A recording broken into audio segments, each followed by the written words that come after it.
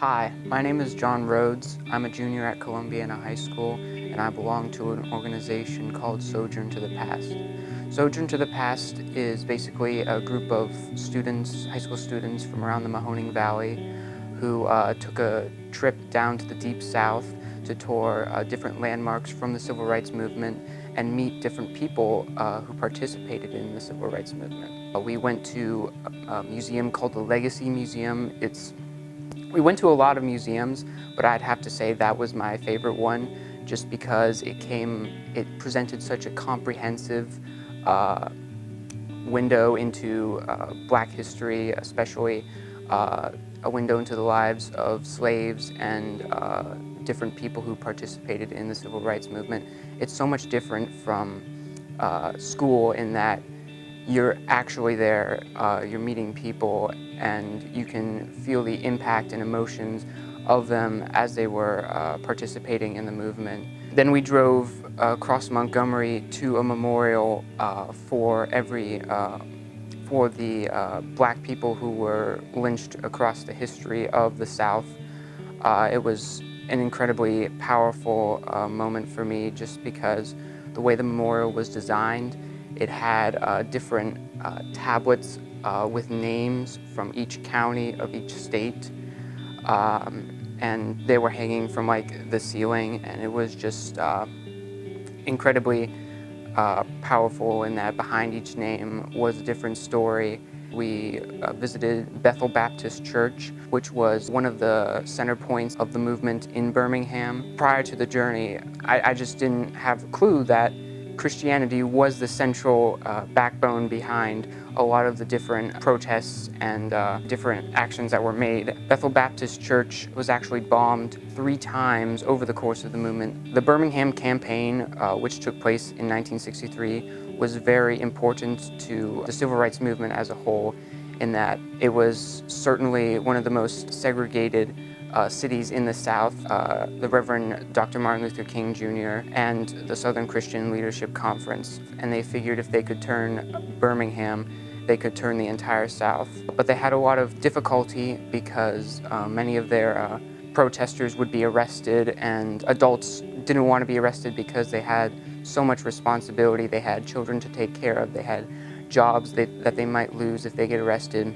And so they actually came up with the idea, it was a controversial idea, to use children in the protests because they didn't have nearly as much responsibility and they had so much enthusiasm for the movement. They would march down from the 16th Street Baptist Church in protest of the segregation, and they were met by police dogs and fire hoses that were used against them. It was just incredibly frightening to me and powerful that would even happen in America. You know, when you look at the pictures of the Children's March, you think, without knowing exactly what it's about, that it was from some other country and not something that's happening in our own country when our grandparents were still alive. And their main goal after the end of segregation was to establish free voting rights for Black Americans, because up until that moment, the right to vote, while technically it had been granted to Black men back with the passage of the 15th Amendment, it had been effectively stripped away from them through the laws of Jim Crow, through high poll taxes and literacy tests. They would march along from Selma to Montgomery, which was 54 miles, certainly a very long way. I could never walk 54 miles. They found their way blocked by state troopers who demanded that they cease and desist their protest. They didn't go back, they didn't march forward, but they knelt down and prayed. The state troopers walked up and with their horses and with their batons and tear gas, and just completely went through the protesters, hitting them, walking over them with their horses, hitting them with tear gas. And it was just an incredibly powerful moment for me to be there where it happened, to see the footage. We actually heard from one of the people who participated in that march, Joanne Bland.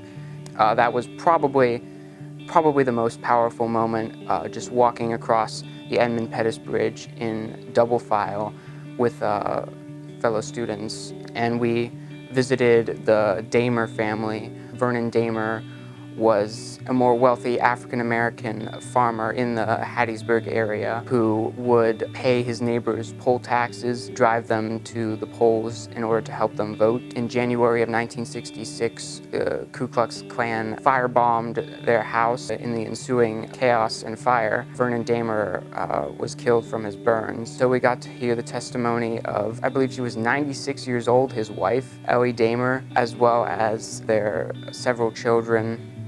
We drove up to Jackson, Mississippi, and we met a very interesting fellow. His name was Jerry Mitchell. Jerry Mitchell was actually an investigative reporter who throughout the 1990s would dive into different cold cases from the civil rights era and try and solve them. He was actually responsible for prosecuting the people behind the murder of Vernon Damer. We drove to Memphis, Tennessee to visit the Lorraine Motel where Dr. Martin Luther King was assassinated.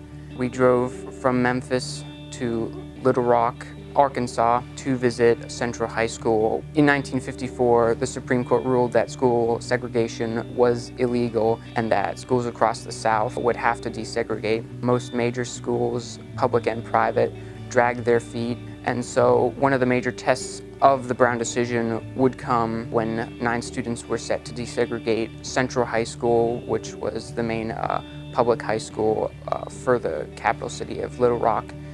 And so those 9 students were alone in having to face a hostile environment. I know how stressful high school can be even without all of that.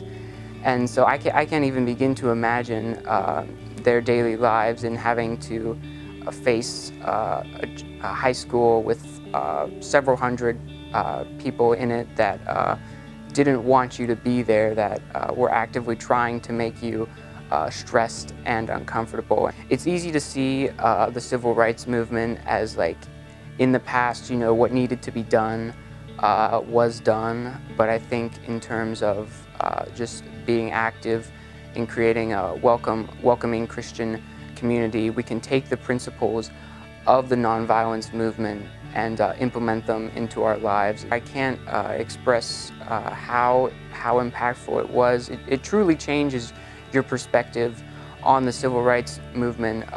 The textbooks, the high school classes, if they do cover the civil rights movement, certainly don't give it justice. This entire trip was so inspirational, so impactful for me. It's hard for me to describe just the impact it had on me as a person, and so that's just why I wanted to talk about this so much, just because it's such a tremendous opportunity, and it certainly could use some more attention.